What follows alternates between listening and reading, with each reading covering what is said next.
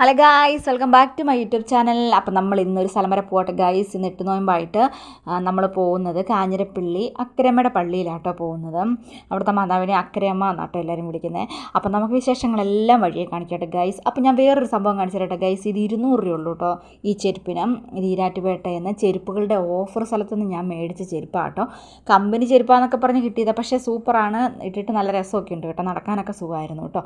അപ്പം നമ്മളെല്ലാവരും കൂടി നമ്മുടെ കുഞ്ഞ് ഓട്ടോയിൽ തന്നെയാട്ടോ പോകുന്നത്. നമ്മളെവിടെ പോയാലും ഈ ഓട്ടോ കാണിക്കും അല്ലേ, എല്ലാവരും അടുത്ത് കാണുമല്ലോ ഈ ഓട്ടോ കണ്ട്. അതിനധികം ആൾക്കാരൊന്നും കാണുന്നില്ല, വളരെ കുറച്ച് പേരാട്ടോ നമ്മുടെ ഈ ഓട്ടോയെ കാണുന്നുള്ളൂ.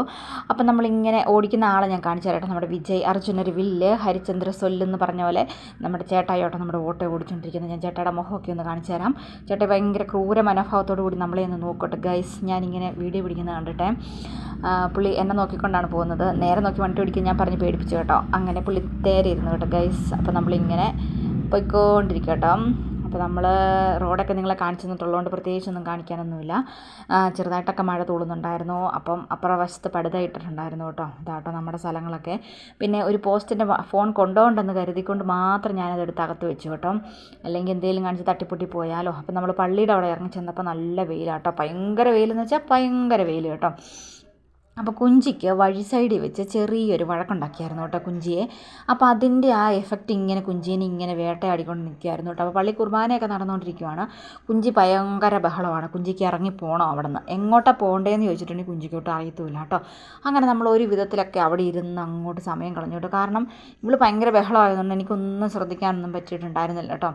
ലാസ്റ്റ് ഞങ്ങൾ അവിടെ നിന്ന് ഇറങ്ങി കേട്ടോ. ഇവർക്ക് എങ്ങോട്ടാണ് പോകേണ്ടതെന്ന് അറിയത്തില്ല. എങ്ങോട്ടാന്ന് വെച്ചിട്ടുണ്ടെങ്കിൽ പൊക്കോട്ടേന്ന് ഓർത്തുകൊണ്ട് ഞാൻ ഇറക്കി വിട്ടു കേട്ടോ. അപ്പോൾ അവിടെ ഈ മാതൃദീപ്തി അതുപോലെ തന്നെ മിഷ്ലിങ് അങ്ങനത്തെ ഉള്ള സംഭവത്തിൻ്റെയൊക്കെ ചെറിയൊരു സ്റ്റാൾ ഉണ്ടായിരുന്നു. അക്കരയമ്മ സ്റ്റാൾ എന്നാട്ടോ ഇവിടെ കൊടുത്തിരിക്കുന്നത്. ഈ വശങ്ങളിലൊക്കെ ഇതാട്ടോ മാതാവിൻ്റെ ആ ഒരു ഫ്രണ്ടിലത്തെ പള്ളിയിലത്തെ ആ പള്ളി പുതുക്കി പണിയാനോ അങ്ങനെയൊന്നും ചെയ്യലാത്ത കേട്ടോ.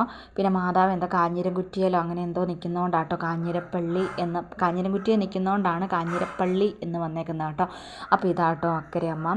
അപ്പോൾ നിറച്ച് ഏലക്കാമാലയും നാരങ്ങയും അതുപോലെ തന്നെ ഇഷ്ടംപോലെ പൂക്കളും കൊണ്ടൊക്കെ അലങ്കരിച്ച് അടിപൊളിയായിട്ട് നിൽക്കുക കേട്ടോ. എല്ലാവരും ഇങ്ങനെ എന്താ പറയുക നേർച്ചയിടാൻ വേണ്ടി ക്യൂ നിൽക്കുവാണ്. ഇതാട്ടോ അക്കരയമ്മേനെ ഞാൻ ശരിക്കും ഒന്ന് കാണിച്ചു തരാം. അവിടെയൊന്നും കയറ്റി നിർത്തിയൊന്നും എടുപ്പിക്കുകയല്ലാത്ത കേട്ടോ. ഞാൻ ആരും കാണാതെ എൻ്റെ ഇടയ്ക്കോടെ പോയി എടുത്ത കേട്ടോ ഗൈസ്.